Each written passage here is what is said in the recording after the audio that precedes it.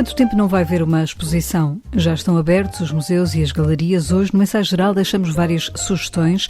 No Porto vai poder ver a obra de Giacometti em diálogo com o fotógrafo Peter Lindbergh e Francis Bacon.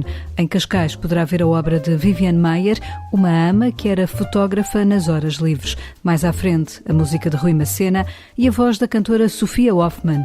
Para já, um livro que fala da amizade em tempo de pandemia.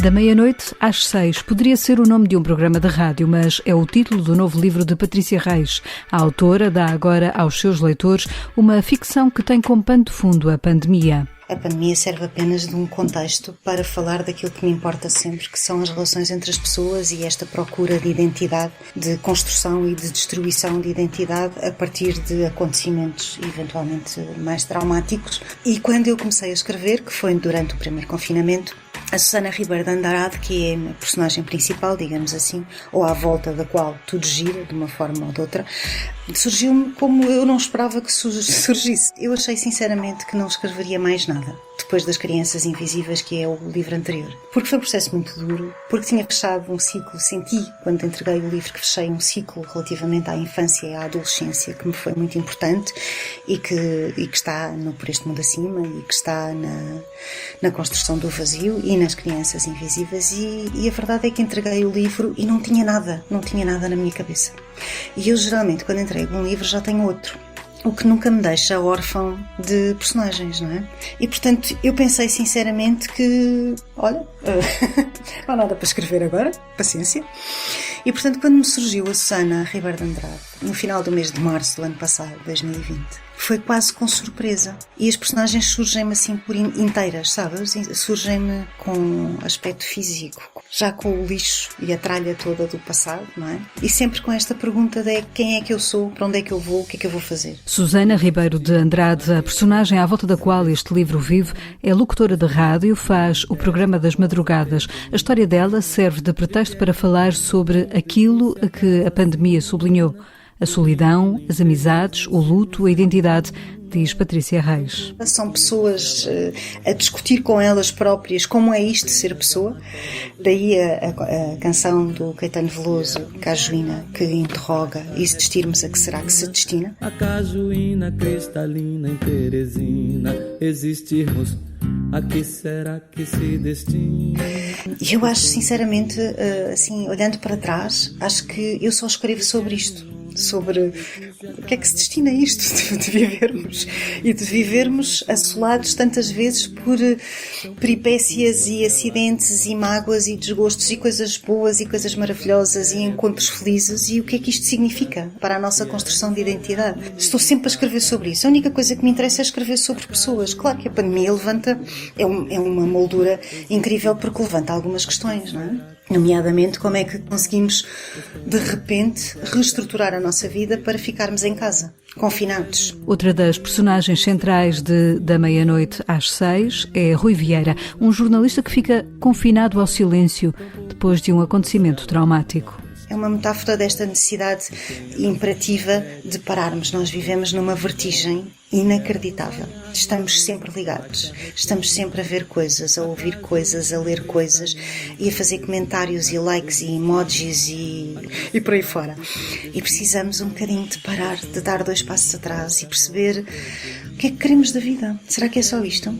É porque esta vida onde nós vivemos de tanta tecnologia e tanta vertigem tem um lado superficial que me incomoda muito, sabes? A Agostina Bessa Luís diz que escrevemos para aligeirar o medo. Se calhar no primeiro confinamento o livro serviu-me precisamente para isso, para aligeirar o medo e para pensar como é que vamos viver agora sem os amigos, sem poder ver os mais velhos, sem festejar, como é que vai ser o Natal, como é que vai ser a Páscoa que acabamos de viver, como é que tudo isso se redesenha. Editado pela Dom Quixote, este Da Meia-Noite às 6 leva o leitor a pensar o verdadeiro sentido da amizade e da vida mesmo em tempo de pandemia. Susana Ribeiro de Almeida e Rui Vieira fazem uma dupla nas madrugadas da rádio que quebra as regras e procura falar de outras coisas que não do vírus. Nós vivemos dentro de um monotema. é o vírus, as consequências do vírus a nível económico, político, cultural. Tu precisas de contrabalançar isto com histórias positivas e elas de facto existem. E nós estamos um bocadinho voyeuristas do mal, sobretudo neste horário da meia-noite às 6, na rádio, que lhes é dito que são horas mortas, é um horário para o qual ela se voluntaria depois da viuvez, e de facto eles percebem que têm pessoas do outro lado que os ouvem e que interagem e que é possível encontrar também alguma redenção através do outro. Eu acho que a rádio tem este poder imenso. É um encontro com a multidão só a partir da voz. Isso é de uma intimidade incrível. Enfim, se tiveres um apontamento sistemático pela positiva, o que é que isso significaria? Entre Susana Ribeiro de Almeida e Rui Vieira nasce assim uma ligação forte que nem uma catedral. O que acontece é que a Susana descobre, através da escrita, porque afinal o Rui Vieira não fala, não é? Que tem onde se agarrar, a quem se agarrar, que ainda há esperança para algumas coisas, além dos seus ouvintes, não é? Porque de repente ela tem que fazer vários lutos de várias coisas, como todos nós temos que fazer ao longo da nossa vida. É muito engraçado porque a nossa maneira de viver a morte mudou com a pandemia. E os rituais da morte fazem-nos falta. E o porquê é que nos faz falta? Faz-nos falta a partilha, o abraço, o saber que aquela pessoa vem dizer-nos: lamento, estou aqui para ti. O que é que precisas? Isso é tão importante. E estes dois, a Susana e o Rui, encontram-se por mero acaso. E no fim do livro, aquilo que sobra é: estou aqui para ti, o que é que precisas? Não estás sozinho. Patrícia Reis, autora de Da Meia-Noite às 6, um livro que já pode encontrar nas livrarias.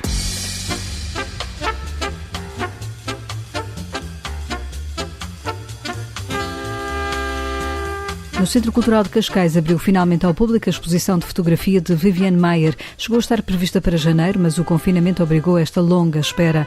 Agora, até 18 de maio, poderá ver a obra de Viviane Maier, uma mulher que trabalhou durante mais de 40 anos como ama em Chicago e que nos tempos livres pegava na máquina fotográfica, percorria as ruas da cidade para captar cenas da vida cotidiana. Viviane Maier era uma desconhecida. A Viviane Maier era uma desconhecida, uma anónima, uma pessoa invisível na sociedade americana dos anos 50, 60. Que não tinha identidade, digamos, ou que não pertencia ao sonho. Era alguém que não tinha identidade, que não pertencia ao sonho americano, brilhante e cheio de luz. Não há informação certa sobre porque começou a fotografar, mas sabemos que realmente esta necessidade imperiosa de fotografar, que teve durante toda a sua vida, desde a década de 40 até aos finais dos anos 90, deixou um arquivo de mais de 120 mil fotografias. Um arquivo de mais de 120 mil fotografias. Anne Morin é a curadora da exposição intitulada Viviane Maier Street Photographer, que reúne 135 imagens captadas por esta testemunha silenciosa que percorreu as ruas de Chicago e Nova York. É um fantasma porque tinha esta atitude como os grandes fotógrafos. Era um fantasma porque tinha esta atitude dos grandes fotógrafos de se fundir na multidão e na cena que fotografava. De certa forma passava despercebida, mas era-lhe difícil porque ela tinha 1,80 m de altura. Então não era uma caçadora do instante decisivo. Era alguém que sabia esperar e entrar na flutuação das ruas de Chicago ou Nova York e captar o momento, um detalhe, a atitude que na realidade era uma fração de segundos. Que é uma fração de segundo, na realidade. O espólio de Viviane Maier foi descoberto em 2007 pelo historiador e realizador John Maloof, que comprou em leilão o conteúdo de 2 contentores de armazém e de repente se viu na posse de milhares de negativos, diapositivos e algumas fotografias impressas, bem como vídeos e gravações áudio. Parte dessa obra pode agora ser apreciada em Cascais. A exposição se articula através das grandes temáticas que A exposição articula-se em torno dos grandes temas que Viviane Maier trabalhou ao longo da sua vida.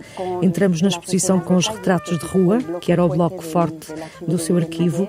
Era o teatro do cotidiano, onde sempre havia acontecimentos e pequenos eventos narrativos. Sempre há pequenos eventos narrativos. Luego se van a suceder os retratos, os autorretratos.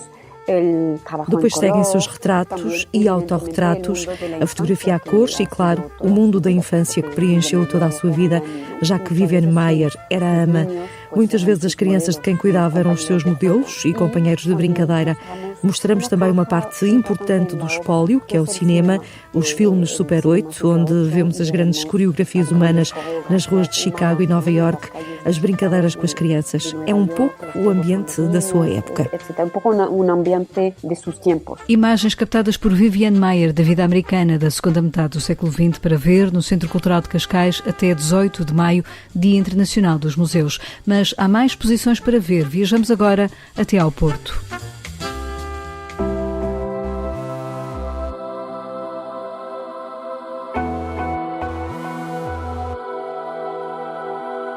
O Museu e a Igreja da Misericórdia do Porto abre ao público na próxima semana a exposição que junta as esculturas de Alberto Giacometti e a fotografia de Peter Lindbergh. Capturar o Invisível é uma mostra que põe em diálogo a obra de um dos mais aclamados escultores do século XX e o trabalho de um dos grandes fotógrafos de moda.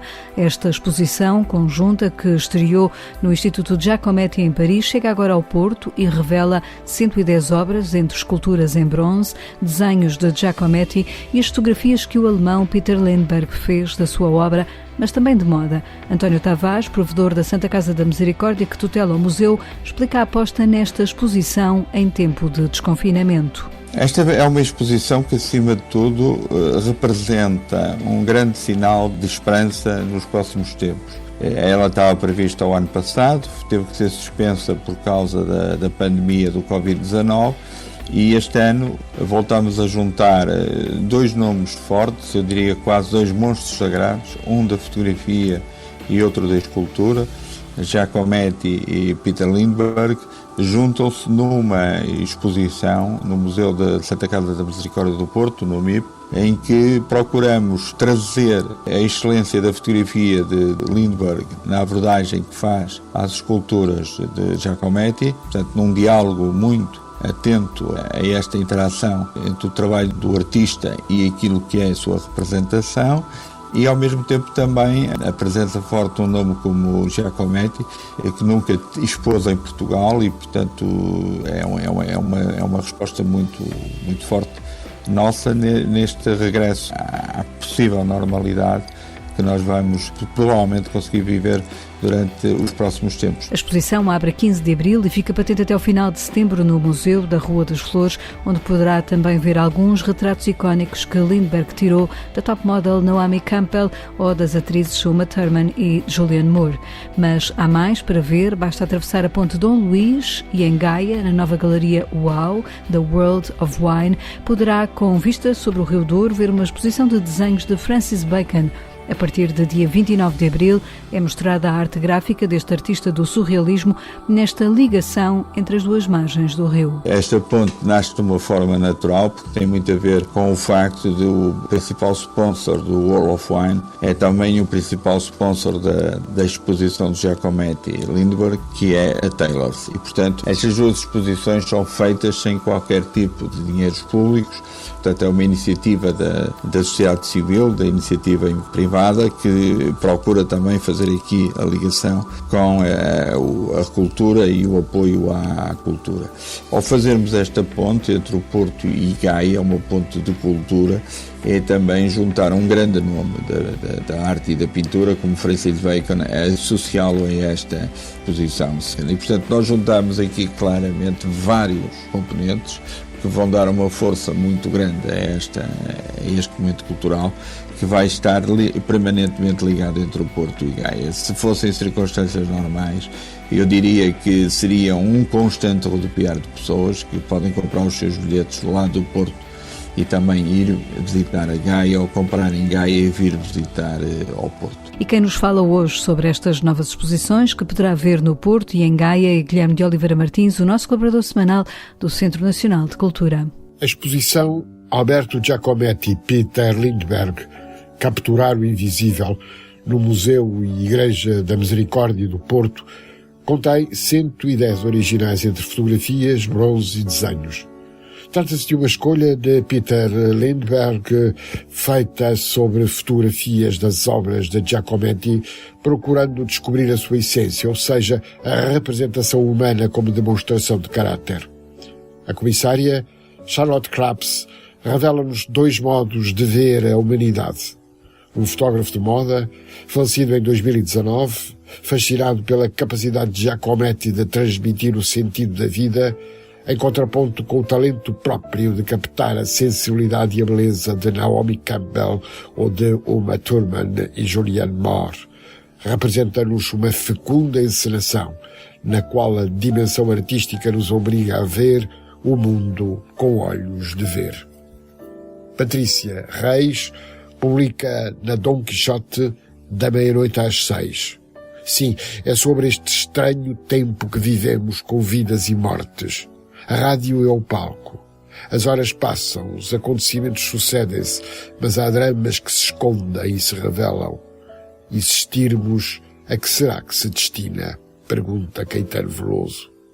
E nós ouvimos. Olharam-se num reconhecimento fácil. Sorriram. Ela percebeu que Rui Vieira viera fazer o possível, mostrar um rosto, dizer estou aqui, não te esqueço, mas somos amigos. Não conhecia a tua mãe, mas estou aqui para ti. Estamos juntos. É possível dizer-te sem tu dizer realmente que não estás sozinha. Não estamos sozinhos. Lemos e sentimos que temos muito para compreender. E como continuo a falar de livros que vão aparecendo, refiro Dante Alighieri na imprensa nacional nos 700 anos da morte. Vida nova em rimas, com tradução, apresentação e notas de Jorge Vaz de Carvalho e António Mega Ferreira. Atenta ao sábio nesta visão e, por favor, tira dela o bom sentido.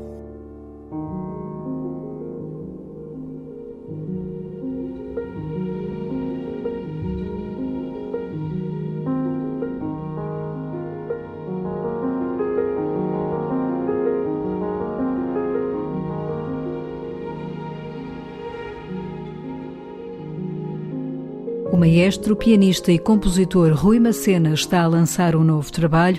20 Perception reúne composições que fez durante o tempo de pandemia e confinamento. São 6 novas peças em que Rui Macena procura refletir as emoções vividas por si nos exigentes últimos meses. Eu fiz questão de que, à semelhança daquilo que eu achei que era que esta pandemia trazia à sociedade, uma espécie de naufrágio coletivo, onde cada um tem que seguir as suas próprias orientações para nadar para a Terra, cada um está à procura de perceber onde é que está a Terra e como é que vai nadar para lá. Eu acho que de alguma forma eu quis criar música que tivesse uma espécie de cenário mais induzido e não tão afirmado. O Perception vem da evolução que a minha percepção teve ao longo deste tempo, que foi muito rápida, e então eu deixo um conceito muito aberto, o Endless, o Nunca Mais Acaba, o 70%, A Song, Reflections, Civilization, Moving, são todas terminologias muito abertas, que têm um valor específico para mim, mas que são,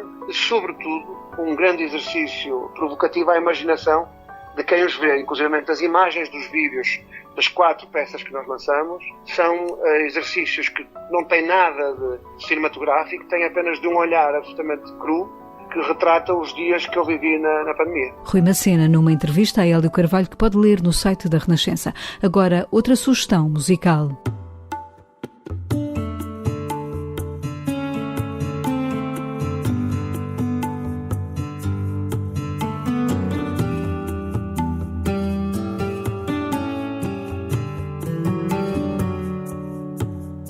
Se me disseres que o dia não tem hora.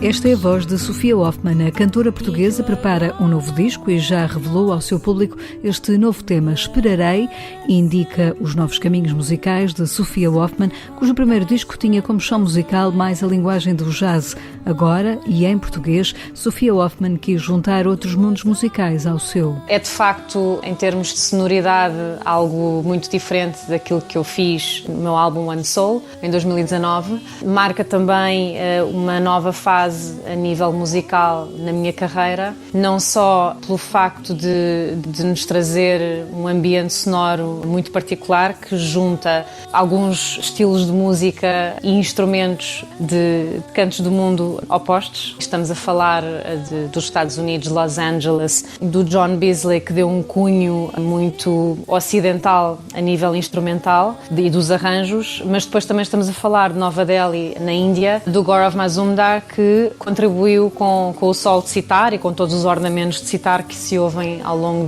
do tema, e obviamente a tabla também, que ele orientou, as tablas, que é o instrumento de percussão com o qual começa o tema, e portanto é um single que marca sem dúvida este próximo trabalho que está a ser construído. É neste segundo disco que Sophia Hoffmann está agora a trabalhar, depois do álbum One Soul a ter firmado na constelação dos novos intérpretes de jazz em Portugal.